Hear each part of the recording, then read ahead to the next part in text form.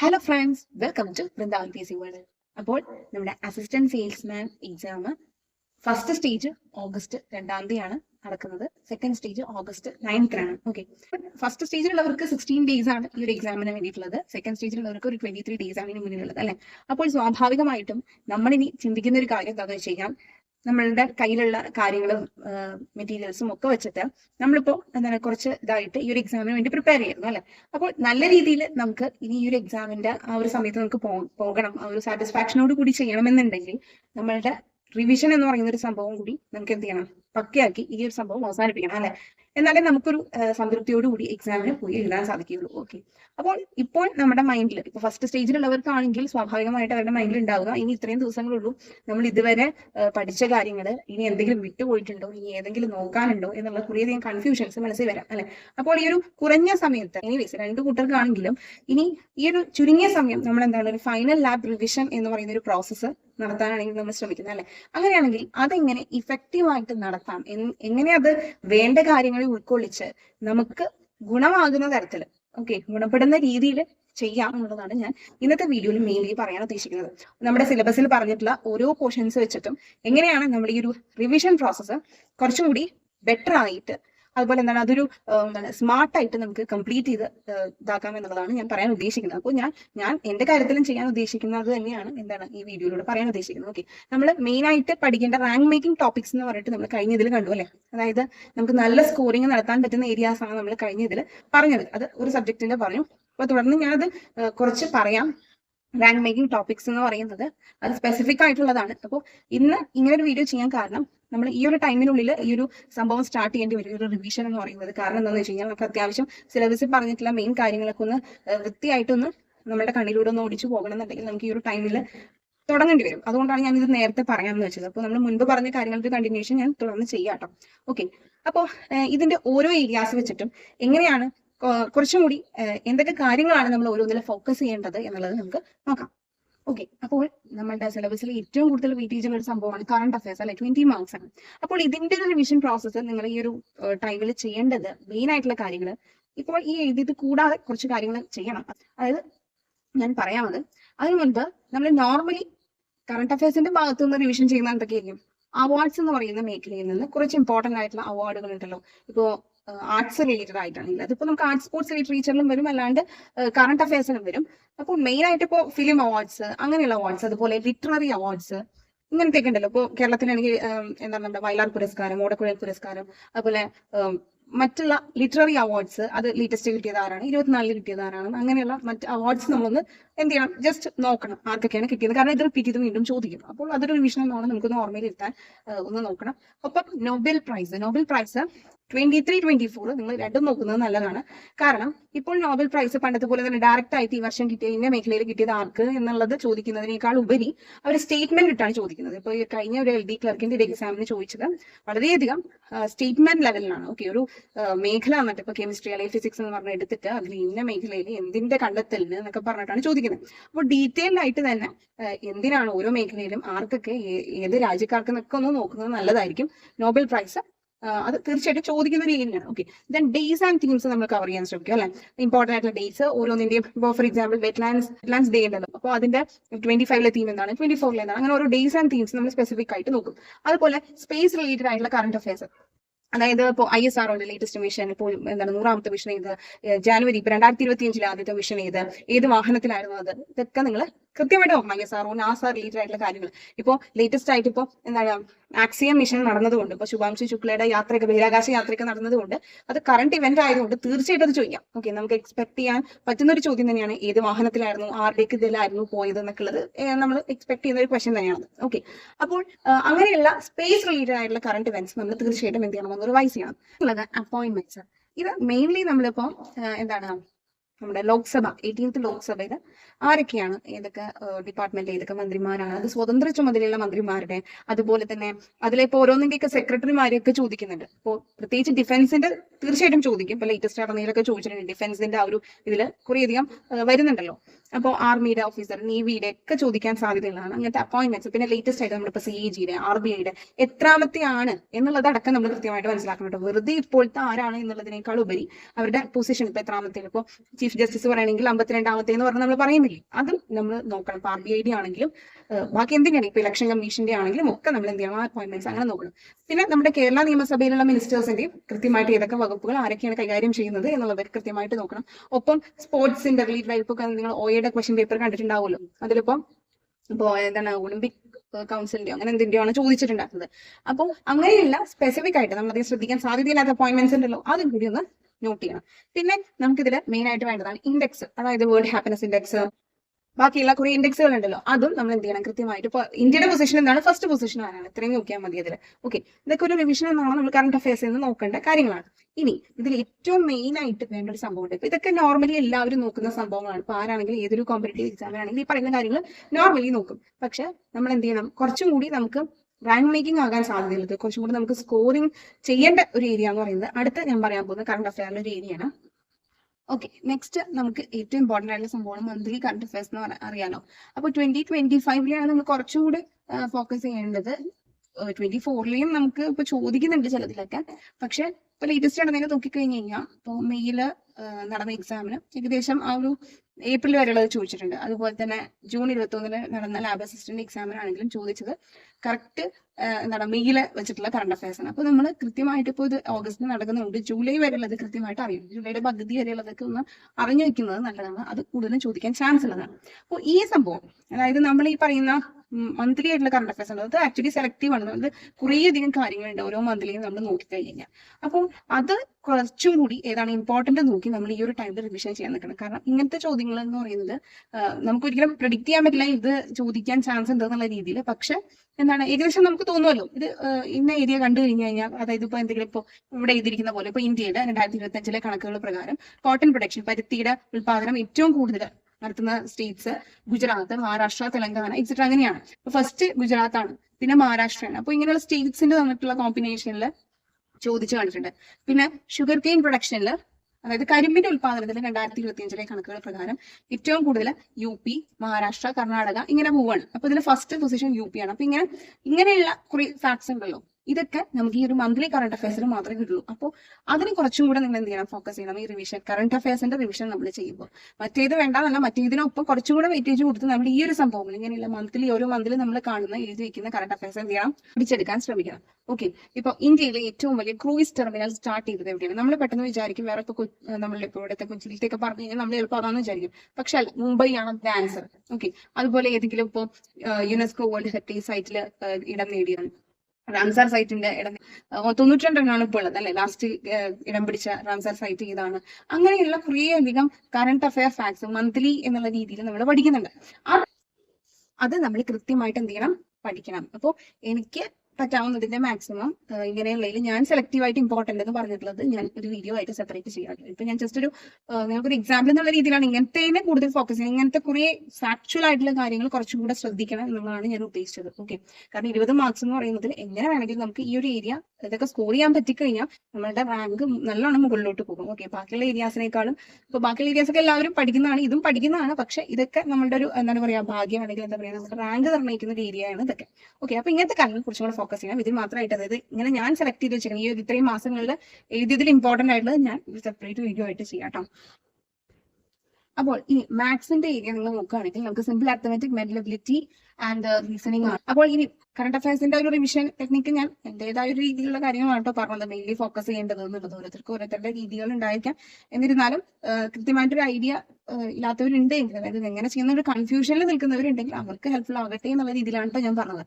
Then മാത്സിൽ നമ്മൾ ശ്രദ്ധിക്കേണ്ട കാര്യം എന്താണെന്ന് വെച്ച് കഴിഞ്ഞാൽ നമുക്ക് simple arithmetic, mental ability and റീസണിംഗിൽ മെയിൻലി നമ്മുടെ അരിത്തമെറ്റിക് പോർഷൻ നോക്കുകയാണെങ്കിൽ നമുക്ക് ഓരോന്ന് ഇപ്പൊ എന്താ പറയാ simple interest and compound interest, അതുപോലെ profit and loss, time and work, അങ്ങനത്തെ ഇതുണ്ടല്ലോ, ആവറേജ്. ഓക്കെ, ഇങ്ങനത്തെ കുറച്ച് സെലക്റ്റീവ് ആയിട്ട് ഇപ്പൊ ഞാൻ ഹോട്ട് ടോപ്പിക്സ് എന്നുള്ള രീതിയിൽ സ്റ്റഡി പ്ലാനിൽ പറഞ്ഞിട്ടുണ്ടായിരുന്നു. ഇങ്ങനെയുള്ള നമ്മൾ സെലക്റ്റീവ് ആയിട്ട് പറയുന്നില്ലേ, മെൻസറേഷൻ, അതായത് ജാമിതീയ രൂപങ്ങളെ സംബന്ധിച്ച് നമ്മൾ കുറെ ഇക്വേഷൻസ് ഒക്കെ പഠിക്കുന്നില്ലേ, ഇങ്ങനെയൊക്കെ ഉള്ളത് സെലക്റ്റീവ് ആയിട്ട് നമ്മൾ പറയുന്ന ഓരോന്നിന്റെ. ഇപ്പൊ നമ്മൾ ഏത് കാറ്റഗറി മാത്സിന്റെ ആ ഒരു സിലബസിൽ പറയുന്ന പോർഷൻ ആണെങ്കിലും അതിന്റെ ഓരോ ഏരിയ എടുത്തിട്ട് നമുക്ക് ഇനിയിപ്പോ ചെയ്തു നോക്കാനുള്ള സമയം അതില്ല അല്ലെ. ഓരോന്നിന്റെയും അണ്ടറിലെ ഓരോ ടൈപ്പ് ഓഫ് പ്രോബ്ലം എങ്ങനെയാണ് സോൾവ് ചെയ്യേണ്ടത് എന്നുള്ളത് മാത്രം ഒന്ന് ജസ്റ്റ് അതിന് വെച്ചാൽ മതി. ഞാൻ യൂഷ്വലി മാത്സിന്റെ റിവിഷൻ ചെയ്യാറുള്ളത് അങ്ങനെയാണ്. ഞാൻ അതാണ് നിങ്ങളോട് പറഞ്ഞത്. അല്ലാതെ ഓരോ പ്രോബ്ലം എടുത്ത് നമുക്ക് ജസ്റ്റ് ഡൗട്ട് തോന്നുന്നത് മാത്രം ഒന്ന് ചെയ്ത് നോക്കാം. അല്ലാതെ ഇപ്പൊ നമ്മളിപ്പോ simple interest and compound interest നോക്കുകയാണെങ്കിൽ പല ടൈപ്പ് ഓഫ് പ്രോബ്ലംസ് അതിൽ വരുന്നുണ്ട്. അതിന്റെ ഇക്വേഷൻസ് ഓരോന്നിലും അപ്ലൈ ചെയ്യേണ്ടതുണ്ടെങ്കിൽ അതെങ്ങനെയാണ്, അല്ല നമുക്ക് എളുപ്പത്തിൽ ചെയ്യാൻ പറ്റുന്ന പോലെ ട്രിക്ക് ഉണ്ടെങ്കിൽ അതെങ്ങനെയാണെന്ന് ഒന്ന് ജസ്റ്റ് ബൈ ഹാർട്ട് ചെയ്ത് നമുക്ക് പഠിക്കാൻ പറ്റണം. ഓക്കെ, ഇത് ഈ പറയുന്ന മാത്സിന്റെ അണ്ടറിലുള്ള ഏതാണെങ്കിലും. ഇപ്പൊ ഇനി റീസണിന്റെ ഇതിൽ നമ്മൾ പറയുന്ന ക്ലോക്ക്, കലണ്ടർ ഒക്കെ ഉണ്ടല്ലോ, ക്ലോക്ക്, കലണ്ടർ, ഈ കലണ്ടർ ഒക്കെ എടുത്തു കഴിഞ്ഞാൽ കുറേ അധികം ടൈപ്പ് ഓഫ് പ്രോബ്ലംസ് അതിലുണ്ട്. ഇതൊക്കെ നമുക്ക് ഇപ്പോൾ ഓരോന്ന് എടുക്കുകയാണെങ്കിലും അതിൽ കുറേ അധികം കാര്യങ്ങൾ പറയുന്നത് നമുക്ക് ഓരോ തരത്തിൽ വന്നു കഴിഞ്ഞാൽ എന്താണ് അവിടെ ചെയ്യേണ്ടത് എന്നുള്ള രീതിയിൽ നിങ്ങൾക്ക് ഒരു റാങ്ക് ഫയൽ നോക്കുകയാണെങ്കിൽ അല്ലെങ്കിൽ നിങ്ങൾ പഠിച്ചിട്ടുണ്ടെങ്കിൽ, ഇതിനു മുമ്പ് പഠിച്ചിട്ടുണ്ടെങ്കിൽ നിങ്ങൾക്ക് അറിയാൻ പറ്റും. അപ്പൊ അതിനൊക്കെ ഒരു പ്രാവശ്യം നമ്മൾ ആ ഒരു ഐഡിയ എടുത്തു കഴിഞ്ഞാൽ പിന്നെ നമുക്ക് ഏത് പ്രോബ്ലം അതിൽ നിന്ന് വന്നു കഴിഞ്ഞാൽ നമുക്ക് ഈസി ആയിട്ട് സോൾവ് ചെയ്യാൻ പറ്റും. അപ്പോൾ ഈ ഒരു ചുരുങ്ങിയ സമയം, ഇപ്പോൾ 16 ദിവസമാണെങ്കിൽ ആ 16 ദിവസം കൊണ്ട് നമ്മൾ ശ്രദ്ധിക്കേണ്ടത് മാത്സ് എന്ന് പറയുന്ന ഏരിയയിൽ റിവിഷൻ ചെയ്യാൻ ശ്രമിക്കേണ്ടത് ഈ പറയുന്നതിന്റെ ഓരോന്നിന്റെ ഇക്വേഷൻ ഓരോന്ന് ഏതൊക്കെയാണ്, അതെങ്ങനെയാണ് സോൾവ് ചെയ്യേണ്ടത്, ഈ അതിന് എളുപ്പമുള്ള ട്രിക്ക് ഉണ്ടെങ്കിൽ അതൊന്നും മനപ്പാടാക്കാൻ ശ്രമിക്കുക. കാരണം നമ്മൾ മുമ്പ് പഠിച്ച ഇക്വേഷൻസ് ഒക്കെ അത് ഉറപ്പായിട്ട്, അതായത് മനസ്സിൽ പതിഞ്ഞു പോയവർക്ക് പ്രശ്നം വരില്ല. ഇനി എന്തെങ്കിലും തരത്തിൽ നമ്മൾ കുറേ അധികം പഠിക്കുമ്പോൾ മറന്നു പോകാനുള്ള ചാൻസ് ഉണ്ടല്ലോ. അപ്പൊ അങ്ങനെ നോക്കുമ്പോൾ അതൊക്കെ ഒന്ന് എന്താണ് റിവൈൻഡ് ചെയ്യാം. പിന്നെ മെൻസറേഷൻ എന്ന് പറയുന്ന ഭാഗത്ത് നിങ്ങൾക്ക് കുറേ അധികം ഇക്വേഷൻസ് നമുക്ക് ഓരോ ജാമിതീയ രൂപങ്ങളായിട്ട് ബന്ധപ്പെട്ടുണ്ടാവും. അത് ഇച്ചിരി ബുദ്ധിമുട്ടാണ് കുറച്ച് പേർക്കെങ്കിലും. അപ്പോൾ അതൊന്ന് സ്ട്രെസ് ചെയ്യാം. പിന്നെ നിങ്ങൾക്ക് ഇതിൽ ഏതാണോ വീക്കായിട്ട് തോന്നുന്നോ അതിന്റെ ഇക്വേഷൻസ് ഒക്കെ കാര്യങ്ങളും മനസ്സിലാക്കിയെടുക്കാൻ ശ്രമിക്കാം. ക്ലോക്ക് ആണെങ്കിലും ഓരോന്നിനും ഓരോ തരത്തിൽ സോൾവ് ചെയ്യുന്നുണ്ട്. പിന്നെ ഇതുവരെ വന്നതിൽ മാത്സ് എളുപ്പമുള്ള ചോദ്യങ്ങളാണ് വന്നിട്ടുള്ളത്. ഇനിയുള്ളത് നമുക്ക് പറയാൻ പറ്റില്ല. അപ്പൊ മാത്സിന്റെ ആ ഒരു രീതി റിവിഷൻ ചെയ്യേണ്ടത് ഈ ഒരു സമയം കൊണ്ട് കുറേയധികം പ്രോബ്ലംസ് സോൾവ് ചെയ്യാൻ ശ്രമിക്കുന്നതിന് പകരം ഓരോന്നിന്റെ രീതിയിൽ എങ്ങനെയാണ് ചെയ്യേണ്ടതെന്നൊന്ന് മനസ്സിലാക്കി എന്തെങ്കിലും ഡൗട്ട് തോന്നുന്നത് മാത്രം ഒന്ന് കാൽക്കുലേറ്റ് ചെയ്ത് നോക്കാം. ഓക്കെ, അപ്പോൾ ഇതിപ്പോ നമ്മൾ ഇനി ഇംഗ്ലീഷിന്റെയാണ് എങ്ങനെയാണ് നമുക്ക് ഇഫക്റ്റീവ് ആയിട്ട് റിവിഷൻ ചെയ്യേണ്ടത് എന്നത് എന്റേതായ ഒരു പോയിന്റ് ഓഫ് വ്യൂലുള്ള കാര്യങ്ങളാണ് ഇപ്പോൾ പറയുന്നത്. ഞാൻ സ്വതേ ചെയ്യാറുള്ളത് ഇങ്ങനെയാണ്, അതാണ് പറയുന്നത്. അപ്പൊ നമുക്കറിയാം ഗ്രാമർ പോർഷൻ ഉണ്ട്, വൊക്കാബുലറി പോർഷൻ ഉണ്ട് അല്ലെ. ഇതില് ഗ്രാമറിൽ നമുക്ക് കുറേയധികം പറയുന്നുണ്ടെങ്കിലും ഏറ്റവും പ്രധാനപ്പെട്ടതും എല്ലാ ചോദ്യപേപ്പറുകളിലും ചോദിക്കുന്നതുമായിട്ടുള്ള ഗ്രാമർ പോർഷൻസ് എന്ന് പറയുന്നത് ഈ പറയുന്ന tenses, subject verb agreement, active passive voice, reported speech, question tag, conditional sentences, infinitive and gerunds. Okay, അപ്പോൾ ഇതിനൊക്കെ ഓരോന്നിനും നമുക്കറിയാം ഒരു സെറ്റ് ഓഫ് റൂൾസ് ഉണ്ട് അല്ലെ. ഇത് നമ്മുടെ കയ്യിൽ ഉണ്ട് എങ്കിൽ, അതായത് നമുക്ക് ബൈ ഹാർട്ട് ആണ് എങ്കിൽ ഈ ഒരു ഭാഗം, അതായത് ഈ ഒരു ഗ്രാമർ പോർഷനിൽ നിന്ന് എന്ത് കാര്യങ്ങൾ ചോദിച്ചാലും നമുക്ക് എന്ത് ചെയ്യാൻ പറ്റും, ആൻസർ ചെയ്യാൻ പറ്റും. അത് ഇതിന്റെ റൂൾസ് പഠിക്കുക തന്നെ വേണം. അപ്പൊ ഓൾറെഡി നമ്മളുടെ ഈ ഒരു ASMന്റെ പഠനത്തിന്റെ ഭാഗമായിട്ട് പഠിച്ചിട്ടുണ്ട് എങ്കിൽ നമ്മൾ ഈ ഒരു ടൈമിൽ ആ ഒരു ഇപ്പൊ കുറച്ച് ദിവസങ്ങളല്ലേ നമുക്ക് ഈ ഒരു എക്സാമിനുള്ളൂ, ആ സമയം കൊണ്ട് നമ്മൾ എന്ത് ചെയ്യണം, ഇതിന്റെ ഓരോന്നിന്റെയും സെറ്റ് ഓഫ് റൂൾസ് കൃത്യമായിട്ട് നോക്കണം. ഒന്നും കൂടി ഒരു വട്ടം എന്തൊക്കെയാണ് ഓരോന്നിനും പറയുന്നത് ഒന്ന് നമ്മൾ റിവൈൻഡ് ചെയ്ത് നോക്കണം, കാണാതെ ഒന്ന് പറഞ്ഞു നോക്കണം, ഇന്നതല്ലേ വരിക എന്നുള്ളത്. ഇപ്പൊ സബ്ജക്ട് വെർബ് എഗ്രിമെന്റ് ഒക്കെ ആണെങ്കിൽ കുറേയധികം റൂൾസ് നമുക്ക് ഉണ്ട് അല്ലെ. ഓരോ ടൈപ്പുകളിൽ എന്തൊക്കെ ചെയ്യണം, ether or neither nor connect ചെയ്ത് വരുമ്പോൾ എങ്ങനെ ചെയ്യണം, കുറേ അധികം ഉണ്ട് ഓരോന്നിലും. പക്ഷെ ഇതിന്റെ റൂൾസ് അറിഞ്ഞാൽ മാത്രം മതി ഏത് ഈ ഒരു ഭാഗത്തു നിന്ന് പറഞ്ഞാൽ നമുക്ക് ആൻസർ ചെയ്യാം. ഓക്കെ, അപ്പൊ അതിന് നമ്മൾ എന്ത് ചെയ്യുക, റിവൈൻഡ് ചെയ്യുക. ഇതിന്റെ ഓരോ റൂൾസും ഓരോ ഏരിയ നമ്മൾ ഓരോ ദിവസം വെച്ച് മനസ്സിൽ ഓർത്തെടുത്താലും മതി. ഇപ്പൊ ഇത്രയും ദിവസങ്ങളിൽ ഓക്കെ, അപ്പൊ നമുക്ക് ഏകദേശം സെറ്റ് ആവും. ഇൻ കേസ് നമുക്ക് മിസ്സിംഗ് തോന്നുന്നുണ്ടെങ്കിൽ നമ്മൾ എന്ത് ചെയ്യുക, അതൊന്നും കൂടെ ആ റൂൾസ് ഒക്കെ ഒന്ന് പഠിക്കാം. ദെൻ വൊക്കാബുലറി പോർഷനിൽ ഏറ്റവും കൂടുതൽ നമ്മൾ കാണാറുള്ളത് ഫ്രേസൽ വെർബ്, അതുപോലെ spelling test, idioms, compound words, one word substitutes, ഇതൊക്കെയാണ് കൂടുതൽ. ഓക്കെ, അപ്പോൾ ഇങ്ങനെ വൊക്കാബുലറി പോർഷൻ എന്ന് പറയുന്നതിൽ നമുക്ക് നോക്കിക്കഴിഞ്ഞാൽ കുറേയധികം കാര്യങ്ങളുണ്ട്. ഇപ്പൊ ഫ്രേസൽ വെർബ് എടുത്തു കഴിഞ്ഞാൽ ഓരോന്നിനെയും കണക്ട് ചെയ്ത് പുട്ടാണെങ്കിൽ പുട്ടിന്റെ കുറെ കാണും, ടേക്ക് ആണെങ്കിൽ ടേക്കിന്റെ കുറെ കാണും. അപ്പൊ നമുക്ക് ഇതെല്ലാം കൂടി ചിലപ്പോൾ ഓർമ്മയിൽ നിൽക്കണം എന്നൊന്നുമില്ല. അതിന് നിങ്ങൾ എന്ത് ചെയ്യണം, അതിന്റെ ഒരു റിവിഷൻ, അതായത് ഈ ഒരു സെറ്റ് ഓഫ് വൊക്കാബുലറി പോർഷന്റെ റിവിഷൻ ഏറ്റവും നന്നായിട്ട് ചെയ്യാൻ നിങ്ങൾ ചെയ്യേണ്ടത് PYQs, അതായത് ഇപ്പൊ ലേറ്റസ്റ്റ് നടന്നതാണ് കുറച്ചും കൂടെ നല്ലത്. 2025 നടന്ന ക്വസ്റ്റ്യൻ പേപ്പറിൽ ഇംഗ്ലീഷിന്റെ പോർഷനിൽ വന്നിട്ടുള്ള വൊക്കാബുലറി ക്വസ്റ്റ്യൻസ് ഒന്ന് നോക്കും. അല്ലെങ്കിൽ ഇപ്പൊ ഫ്രേസൽ വെർബിന്റെ എന്തെങ്കിലും ചോദിച്ചിട്ടുണ്ടെങ്കിൽ അതിനോട് അസോസിയേറ്റ് ചെയ്തിട്ടുള്ള ബാക്കിയുള്ളത് നോക്കുക. അതുപോലെ സ്പെല്ലിംഗ് ടെസ്റ്റ് എന്നൊക്കെ പറയുന്നത് കുറച്ച് വളരെയധികം കൺഫ്യൂസിംഗ് ആയിട്ട്, ഇപ്പൊ ലെഫ്റ്റനന്റ്, ഓൺടർപ്രണർഷിപ്പ്, അങ്ങനത്തെ ഒക്കെ ഉണ്ടല്ലോ വാക്കുകൾ, വാക്വം, ഇതൊക്കെ തന്നെയാണ് ഇടയ്ക്ക് ചോദിക്കാറുള്ളത്. അപ്പൊ ഇതൊക്കെ നമ്മൾ മനസ്സിലാക്കണമെന്നുണ്ടെങ്കിൽ ലേറ്റസ്റ്റ് നടന്നത് വെച്ച് പഠിക്കുന്നത്. ഇഡിയംസ് ആണെന്നത് ഇപ്പൊ Cloud9 എന്ന് പറയുന്ന ഒരു ഇഡിയമാണ്, എന്നാൽ ഡിഗ്രി ലെവലിലും ചോദിച്ചു, അതുപോലെ 10th ലെവലിലും ചോദിച്ചു. ഓക്കെ, അപ്പൊ റെപ്പിറ്റീഷൻ നമുക്ക് കുറേയധികം കാണാൻ സാധിക്കും. പണ്ട് തൊട്ടേയുള്ള ക്വസ്റ്റ്യൻ പേപ്പേഴ്സിൽ ചോദിച്ചതും ഇപ്പോൾ ചോദിക്കുന്നുണ്ട്. അപ്പൊ വൊക്കാബുലറി പോർഷൻ ഏറ്റവും നല്ലത് PYQs എടുക്കുകയാണ്. അത് ലേറ്റസ്റ്റ് നടന്നത് നോക്കുക, ഒപ്പം 24 നടന്നതിന്റെയൊക്കെ ഏതൊക്കെ തരത്തിലുള്ളതാണ് ഈ ഒരു രീതിയിൽ ചോദിച്ചിട്ടുള്ളത് മനസ്സിലാക്കുക. നമുക്ക് ഈ ഭാഗം സെറ്റ് ആവും. ഓക്കെ, അതാണ് നമുക്ക് ഈ കുറച്ച് സമയം കൊണ്ട് ഇപ്പോൾ ഓരോ നേരത്തെ കുറച്ച് പഠിക്കുന്നേക്കാളും നല്ലത് അങ്ങനെ ചെയ്യുന്നതായിരിക്കും. PYQs ഫുള്ള് ഇംഗ്ലീഷ് എടുക്കുകയാണെങ്കിൽ ഇംഗ്ലീഷിന്റെ ഫുള്ള് നോക്കുക, അതിന് വൊക്കാബുലറി പോർഷന്റെ കണക്ട് ചെയ്തിട്ടുള്ള കാര്യങ്ങൾ ഒന്ന് നോക്കുക. ദെൻ എന്ത് ചെയ്യാം, ഗ്രാമറിന്റെ ഞാൻ പറഞ്ഞ പോലെ ചെയ്യാം. നെക്സ്റ്റ് നമുക്ക് മലയാളമാണ്, എങ്ങനെ റിവിഷൻ ചെയ്യണമെന്നാണ് ഞാൻ പറയും. അപ്പൊ നമുക്ക് മെയിൻ ആയിട്ട് നോക്കേണ്ട മലയാളത്തിലെ സംഭവങ്ങള് പര്യായം, വിപരീതം, ചേർത്തെഴുത്ത്, പിരിച്ചെഴുത്ത്, ലിംഗം, പദശുദ്ധി, വാക്യശുദ്ധി, പരിഭാഷ, സന്ധി, വചനം. ഇതൊക്കെയാണ് മെയിൻ ആയിട്ട് എന്താണ് റിപ്പീറ്റ് ചെയ്തിട്ട് ചോദിക്കാറുള്ളത്. അപ്പൊ ഇതിനാണ് നമ്മൾ മെയിൻലി നോക്കേണ്ട സംഭവം എന്ന് പറയുന്നത്. എന്താ പറയുക, ചോദ്യ പേപ്പറിൽ തന്നെയാണ് PYQ തന്നെ നോക്കുന്നതാണ് ഏറ്റവും നല്ലത്. കാരണം എന്താണെന്ന് വെച്ച് കഴിഞ്ഞാൽ പര്യായം എടുത്തു കഴിഞ്ഞാൽ നമുക്ക് റാങ്ക് ഫയലോ ബുക്കോട്ടോ നോക്കുകയാണെങ്കിൽ കുറെ അധികം ഉണ്ട് അല്ലെ. പക്ഷെ നമുക്ക് റിപ്പീറ്റ് ചെയ്യുന്നത് വെച്ച് പഠിക്കുന്നതായിരിക്കും കുറച്ചും കൂടി എളുപ്പം. ഇപ്പൊ ഭൂമിയുടെ പര്യായപദം, അതുപോലെ ആകാശം, കുതിര, അതുപോലെ എന്താണ് അഗ്നി, പകല്, അങ്ങനെയുള്ള കുറെ അധികം സംഭവങ്ങൾ റിപ്പീറ്റ് ചെയ്ത് ചോദിക്കുന്നുണ്ട്. ഇപ്പൊ ഡിഗ്രി ലെവലിൽ ചോദിച്ചത് തന്നെ ചില കാര്യങ്ങൾ എന്ത് ചെയ്യുന്നുണ്ട്, 10th ചോദിക്കുന്നുണ്ട് ഈ പര്യായത്തിന്റെ ഒക്കെ ഭാഗത്ത്. അപ്പൊ അങ്ങനെ വെച്ച് പഠിക്കുന്നതായിരിക്കും പര്യായത്തെ കുറച്ചും കൂടെ നമുക്ക് എളുപ്പം. കാരണം കുറെ അധികം ഉണ്ടല്ലോ അത് പഠിക്കാൻ. പിന്നെ വിപരീതമാണെങ്കിലും ഒക്കെ അങ്ങനെ തന്നെ. ചേർത്തെഴുത്ത്, പിരിച്ചെഴുത്ത് എന്ന് പറയുന്നത് നമുക്ക് നമ്മൾ സ്ഥിരം കണ്ടുവരുന്ന കുറെ സംഭവങ്ങളില്ലേ. എന്നാൽ നമുക്ക് തെറ്റാൻ ചാൻസ് ഉള്ളത് നമ്മൾ ചിലത് പറയില്ല. ഇപ്പൊ നമുക്ക് പോയിക്ക് വന്ന മഹാ പ്ലസ് ഉന്നതം, മഹോന്നതം എന്ന് പറഞ്ഞിട്ടൊരു സംഭവങ്ങളില്ലേ. അങ്ങനെ വളരെയധികം നമ്മൾ വിചാരിക്കാത്ത രീതിയിൽ ചേർത്ത് എഴുതി കഴിഞ്ഞാൽ വരുന്ന സംഭവങ്ങളുണ്ടല്ലോ. അതും എന്നാൽ റിപ്പീറ്റ് ചെയ്ത് ചോദിക്കുന്ന തരത്തിലുള്ളത് നോക്കി റിവൈസ് ചെയ്യുന്നതായിരിക്കും നല്ലത്. ഓക്കെ. അതുപോലെ തന്നെ ലിംഗം, പദശുദ്ധി, വാക്യശുദ്ധി, പരിഭാഷ, ഇതൊക്കെ അങ്ങനെ തന്നെയാണ്. ഇതിൽ പരിഭാഷയുടെ സംഭവങ്ങൾ തീർച്ചയായിട്ടും നോക്കേണ്ടത് ഈ സംഭവം തന്നെയാണ്. കാരണം എന്താ അറിയോ, റിപ്പീറ്റ് ചെയ്ത് തന്നെയാണ് പരിഭാഷ പലതും ചോദിക്കാറുള്ളത്. പക്ഷെ നമുക്ക് എന്താണ് കുറെ അധികം കാണുന്നതിന്റെ ഒരു കൺഫ്യൂഷൻ ഉണ്ടാവും. ഇപ്പോൾ ലേറ്റസ്റ്റ് നടന്ന ലാബ് അസിസ്റ്റന്റ് എക്സാമിന് എന്താണ് as the seed so the sprout എന്ന് പറയുന്ന ഒരു ഇതാണ് തന്നിട്ടുണ്ടായിരുന്നത്. അതിന്റെ പരിഭാഷ വെച്ചപ്പോൾ എല്ലാവർക്കും എന്താണ് സംശയം, വിതച്ചതേ കൊയ്യൂ എന്നുള്ളത് ഉണ്ടായിരുന്നു ഓപ്ഷനിൽ, 10 ഗുണം 10 ഗുണം എന്നുള്ളത് ഉണ്ടായിരുന്നു. അപ്പൊ ആക്ച്വലി എന്റെ ആൻസർ എന്താണ്, as the seed so the sprout എന്നുള്ളതാണ്. അപ്പൊ 10 ഗുണം 10 ഗുണം അതാണ് അതിന്റെ കറക്റ്റ് ആയിട്ടുള്ളത്.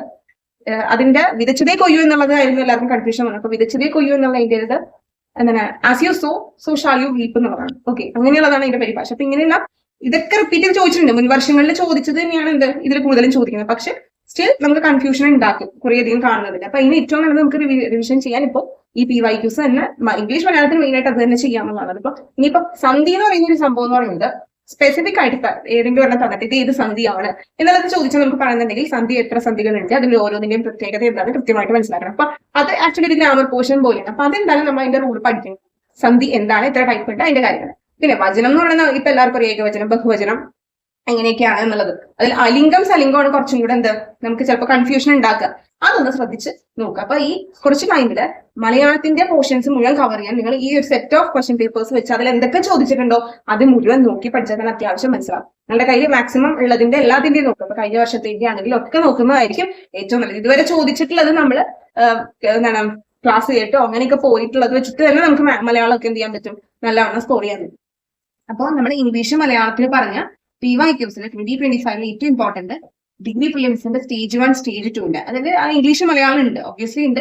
അപ്പൊ അത് തന്നെ നമുക്ക് ചിലപ്പോൾ ഇതിന് ചോദിക്കാം. ഓക്കെ, ഇപ്പൊ കഴിഞ്ഞ കൊല്ലത്തെ പ്രീവിയസ് ഇയർ അതായത് 2024 പേപ്പറും 2023 ചെയ്തിട്ടുള്ളവരാണ് എങ്കിൽ 25 സംഭവങ്ങൾ ഒന്നും കൂടി കോൺസെൻട്രേറ്റ് ചെയ്ത് നോക്കാം. അപ്പൊ അതിന് ഡിഗ്രി പ്രിലിംസിന്റെ പേപ്പർ നല്ലൊരു ഇതാണ്. ദെൻ സെയിൽസ് അസിസ്റ്റന്റിന്റെ ഒരു എക്സാം കഴിഞ്ഞ ഇതിൽ നടന്നിട്ടുണ്ട്, അതും അതുപോലെ ഫയർമാന്റെ ഇപ്പൊ ഈ കഴിഞ്ഞത്, അതുപോലെ VFA CST എന്തോ നടന്നിട്ടുണ്ടായിരുന്നു, വില്ലേജ് ഫീൽഡ് അസിസ്റ്റന്റ്, KS-ന്റെ, പിന്നെ ഒരു LD ക്ലർക്ക്, ഞാൻ ഈ കാറ്റഗറി മുൻപ് പറഞ്ഞിട്ടുണ്ട്, OA ലാബ് അസിസ്റ്റന്റ്. ഇത്രയും എണ്ണത്തിന്റെ ലേറ്റസ്റ്റ് ആണെങ്കിൽ നമുക്ക് മലയാളം ഇംഗ്ലീഷിന് ഏതൊക്കെ വരും. അതായത് നിങ്ങളൊരു പേപ്പർ എടുക്കുക, അതിന്റെ ഇംഗ്ലീഷ് മലയാളം ഏരിയ മാത്രം, അതായത് ഇംഗ്ലീഷ് മലയാളത്തിന് വേണ്ടി നമ്മൾ ഓരോ ദിവസവും എന്ത് ചെയ്യാം, ഒരു പേപ്പർ എടുത്തിട്ട് എന്തൊക്കെ അതിൽ ചോദിച്ചിട്ടുണ്ടോ അതിൽ പറഞ്ഞ കാര്യങ്ങൾ നിങ്ങൾക്ക് ആൻസർ ചെയ്യാൻ പറ്റുന്നുണ്ടോ, അല്ലെങ്കിൽ ആൻസർ ചെയ്യാൻ പറ്റാത്ത പോർഷൻ ഉണ്ടെങ്കിൽ എന്തുകൊണ്ടാണ് അത് ആൻസർ ചെയ്യാൻ പറ്റാത്തത്, ഇനി അതിൽ പഠിക്കാത്ത വിട്ടുപോയ കാര്യമാണെങ്കിൽ അത് അപ്പോൾ തന്നെ പഠിക്കാം. ഇനി ഇതിൽ നമ്മൾ പറഞ്ഞല്ലോ ഇപ്പോൾ വൊക്കാബുലറി പോർഷൻ പോലത്തെ സംഭവങ്ങളാണ്. ഇപ്പൊ ഇംഗ്ലീഷിലാണെങ്കിലും മലയാളത്തിലാണെങ്കിലും നമ്മൾ എന്ത് ചെയ്യുക, അതിനോട് അസോസിയേറ്റ് ചെയ്തിട്ടുള്ള ബാക്കി ഇപ്പൊ പര്യായം ഒരെണ്ണം എടുത്തു കഴിഞ്ഞാൽ ഇപ്പൊ ആനയുടെയോ അങ്ങനെ വല്ല പര്യായം ചോദിച്ചിട്ടുണ്ടെങ്കിൽ അതിൽ കുറച്ചല്ലേ തന്നിട്ടുണ്ടാവുള്ളൂ, അല്ലാത്തതെന്നോ ആയതെന്നോ എന്നൊക്കെ പറയട്ടെ. അപ്പൊ ആനയുടെ മുഴുവൻ പര്യായ പദങ്ങൾ ഒന്ന് നോക്കി വയ്ക്കും.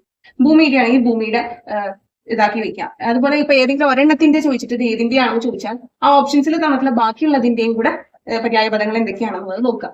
ഓക്കെ, അങ്ങനെ വേണം നമ്മൾ എന്ത് ചെയ്യാൻ ഈ ഇംഗ്ലീഷ് മലയാളം എന്താണ് നമുക്ക് ആ ഒരു എക്സാമിന് മുമ്പ് അത്യാവശ്യം ഒന്ന് സെറ്റ് ആക്കി എടുക്കാൻ വേണ്ടിയിട്ടാണ് പറയുന്നത്. കാരണം നമ്മൾ ഇന്ന് കണ്ട ടോപ്പിക്സ് ഉണ്ടല്ലോ, ഇപ്പൊ CA പോർഷൻ ആണെങ്കിലും അതുപോലെ മാത്സ്, ഇംഗ്ലീഷ്, മലയാളം. ഓക്കെ, ഇത് ഇത്രയും നമുക്ക് 50 മാർക്സ് ആണ് ഈ ഏരിയയിൽ നിന്ന് മാത്രം അല്ലെ. ഇതിൽ കറണ്ട് അഫയേഴ്സ് ആണ് ഏറ്റവും ഇമ്പോർട്ടന്റ്. മിക്കവർക്കും മാർക്ക് പോകാൻ ചാൻസ് ഉള്ള ഒരു ഏരിയ എന്ന് പറയുന്നത് അതാണ്. നേരത്തെ പറഞ്ഞ പോലെ തന്നെ വളരെയധികം ഓരോ മാസത്തിലും ഫാക്ച്വൽ ആയിട്ട് വരുന്ന കാര്യങ്ങളുണ്ടല്ലോ, അത് കുറച്ചും കൂടെ കോൺസെൻട്രേറ്റ് ചെയ്ത് പഠിക്കുക. ഏറ്റവും പ്രധാനപ്പെട്ടത് എന്ന് പറയുന്നത് ഇപ്പോൾ ഒരു രാജ്യത്തിന്റെ കേസുകളാണെങ്കിൽ അവർ പുതുതായിട്ട് ഇപ്പോൾ കൊണ്ടുവന്ന കാര്യങ്ങൾ, അങ്ങനത്തെ രീതിയിലുള്ള കാര്യങ്ങൾ കുറച്ചും കൂടെ ഫോക്കസ് ചെയ്ത് പഠിക്കുക. അപ്പൊ CA-യുടെ സ്പെഷ്യൽ ആയിട്ട് ഞാൻ കാണുന്ന ക്വസ്റ്റ്യൻസ് ഞാൻ എന്ത് ചെയ്യാം ഇതേപോലെ പോയിന്റ് ഔട്ട് ചെയ്ത് പറഞ്ഞു. ഓക്കെ, സ്പെഷ്യൽ ആയിട്ട് സ്വതേ നിങ്ങൾ കാണുന്ന കാര്യങ്ങൾ ഞാൻ പറഞ്ഞു തരേണ്ട ആവശ്യം ഉണ്ടാവില്ല, നിങ്ങളുടെ കയ്യിൽ അതിന്റെ സോഴ്സ് ഒക്കെ ഉണ്ടാവും. സ്പെഷ്യൽ ആയിട്ട് കാണുന്നത് ഞാൻ പറയാം. പിന്നെ മാത്സ്, ഇംഗ്ലീഷ്, മലയാളം നമ്മൾ ഈ പറഞ്ഞ പോലെ അത്യാവശ്യം സെറ്റാക്കി നമ്മുടെ കയ്യിൽ 100ൽ ഈ 50 മാർക്സ് ഓൾമോസ്റ്റ് എന്തായിരിക്കും, 50 കിട്ടുന്നല്ല ഞാൻ പറയുന്നത്, ഒരു 45 അല്ലെങ്കിൽ ഒരു 40 to 45 റേഞ്ചിലെങ്കിലും നമുക്ക് കിട്ടണം. അപ്പൊ അതിന് വേണ്ടിയിട്ട് ഈ ഒരു ഏരിയാസ് സ്ട്രോങ് ആക്കാൻ എങ്ങനെ റിവൈസ് ചെയ്യണമെന്ന് നമ്മൾ കണ്ടു. ബാക്കിയുള്ളതിന്റെ എനിക്ക് ഡീറ്റെയിൽ ആയിട്ട് പറയണം. ഇത്രയും സബ്ജക്ട്സിന്റെ മെയിൻ ആയിട്ട് നമ്മൾ SCERT ഏതൊക്കെ പാഠഭാഗങ്ങൾ നോക്കണം എന്നുള്ളത് ഞാൻ ഒന്നും കൂടി നോക്കിയിട്ട് പറയാം കേട്ടോ. നമ്മൾ കുറേയധികം ചാപ്റ്റേഴ്സ് പഠിക്കാൻ പറയുന്നുണ്ട് ഇതിനോട് കണക്ട് ചെയ്ത്, പക്ഷെ ഏറ്റവും കൂടുതൽ ചോദ്യങ്ങൾ ചോദിക്കുന്നത് ഒന്നുകൂടെ ഒന്ന് അനലൈസ് ചെയ്തിട്ട് ഞാൻ പറയാം. ഇത്രയും subject history, geography, economics, constitution, physics, chemistry, life science and public health, ഐടിയുടെ ഏരിയ NCERT ഉണ്ട്. പക്ഷെ നമുക്ക് 3 മാർക്സ് അല്ലേ ഉള്ളൂ ഐടിയുടെ. അപ്പൊ വളരെ സിമ്പിൾ ആയിട്ടുള്ള കാര്യങ്ങൾ മാത്രം പഠിച്ചു പോകുന്നതായിരിക്കും കുറച്ചും കൂടെ ബെറ്റർ.